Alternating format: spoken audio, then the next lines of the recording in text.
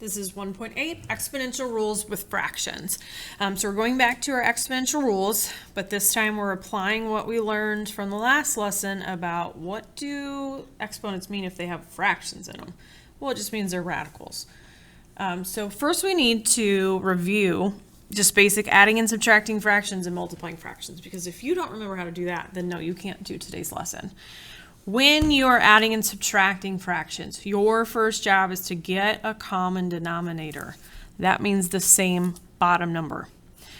You're going to multiply the numerator and the denominator by the same number to make equivalent fractions. That's only when you're trying to get a common denominator. And then you'll add and subtract the top numbers. You'll keep the same denominator.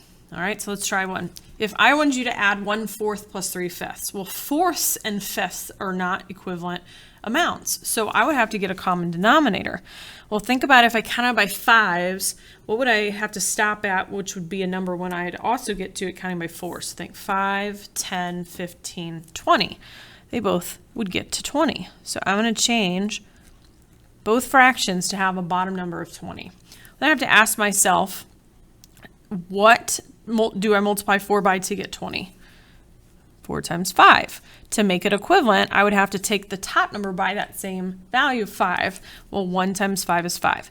So now I can say that 5 out of 20 is the same fraction as 1/4. The numbers are different, but it's an equal amount. 5/20 reduces back down to 5. 5/20 reduces back down to 1/4. All right, 5 times what would make this 20? Well, 5 times 4. So I have to take 3 times 4, which would make it a 12/20. That's an equivalent amount to 3 out of 5. And then I just simply add the numerators. So 5 plus 12 would be 17/20. I'm adding 20ths, so I should stay in 20ths. Don't change it to like 40ths or something weird. All right, second example. Well, what if I have a whole number? Put it over 1. 3 divided by 1 is still the value 3. So any whole number goes over 1. I do not have a common denominator. I don't need to make it something crazy big. I can just make them both be 3s. So let's change them to 3s. And really the second fraction doesn't change. This is already a 3, so I'm going to keep it 2/3.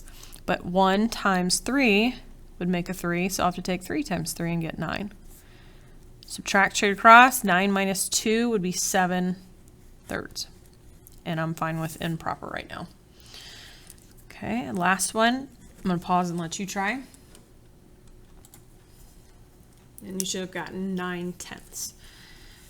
All right, second section, multiplying is actually even easier because you don't need a common denominator. You just multiply straight across, which means numerator times numerator, denominator times denominator.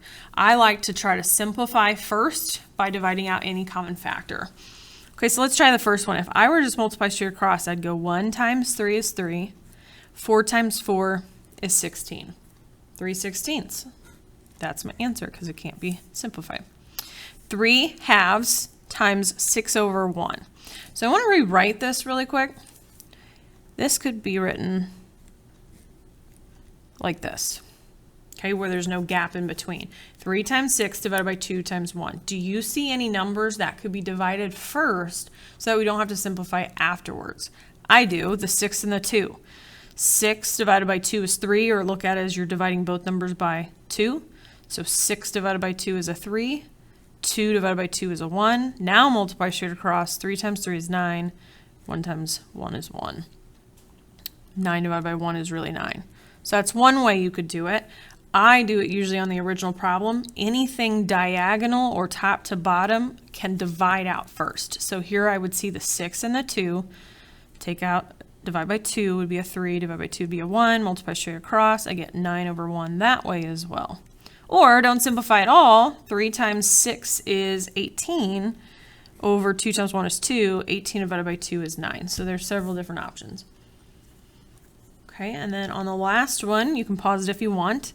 I see a 3 and a 9 that are diagonal or getting divided, right? So 3 divided by 3 is 1, 9 divided by 3 is 3. A 4 and a 16, 4 divided by 4 is 1, 16 divided by 4 is 4. Multiply straight across, 1 times 1 is 1, 3 times 4 is 12. So this is where simplifying really pays off. I don't want to take 9 times 16, and then I have to simplify it after that too. So simplifying first is definitely the fastest. Okay, so go ahead and go to the next page. Now we're going to actually use those principles to do the lesson for today. So if you are multiplying fractional exponents, you have to think about, what did we do in our product rule? We added the powers.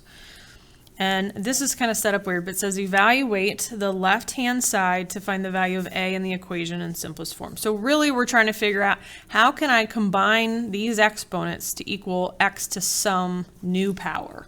That's all you're doing, is finding the new power, what it would simplify to make. So number one, since these are touching, this is x to the 2/3 times x to the 1/4. We said that we're going to add the powers since we're doing the product rule.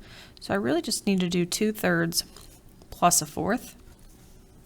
Need to get a common denominator of 12.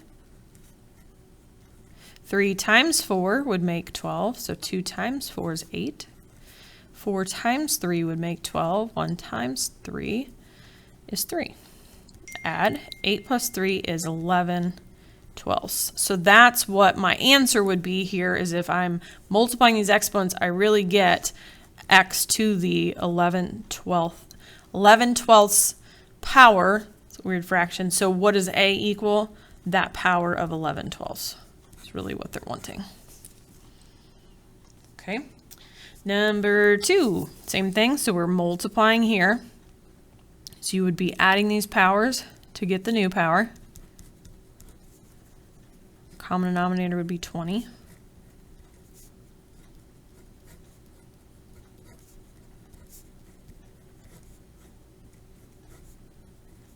That would be 9/20. And that is the new power, and that's what they're wanting. Okay. I want you to go ahead and pause and try number 3. Should have gotten your new power of a to be 11/3. Let me know if you have any questions with that. All right, dividing. So if you're dividing fractional exponents, think of our quotient rule with exponents, which was subtracting the powers. So very similar to what we just did above. We've got x squared divided by x to the 2/3, which would equal x to what power?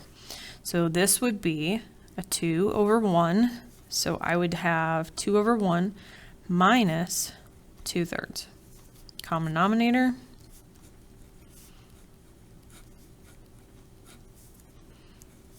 Keep the second fraction the same. 6 minus 2 is 4/3. And again, improper is fine, because we haven't learned anything else at this point. All right, number 5. We would have 5/3 minus 6/5. Common denominator would be 15.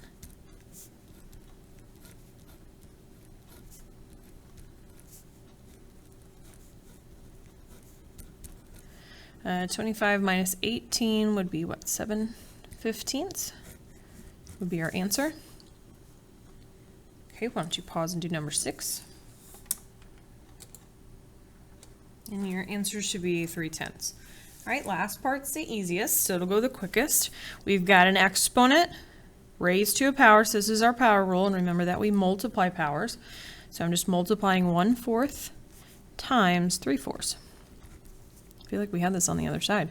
Nothing that I can actually divide, right? 3 doesn't divide by 4. 1 doesn't divide by 4, so I'll just multiply straight across and get 3/16. So really what this would equal would be x to the 3/16 power, but all they want is that answer. All right, number 8, we would have where we're taking 2/3 times 5/6. I see a 2 divided by 6 here. 2 divided by 2 is 1. 6 divided by 2 is 3. So that would be a 5/9. And why don't you try the last one? But 6/1, nothing simplifies, so you get 12/5.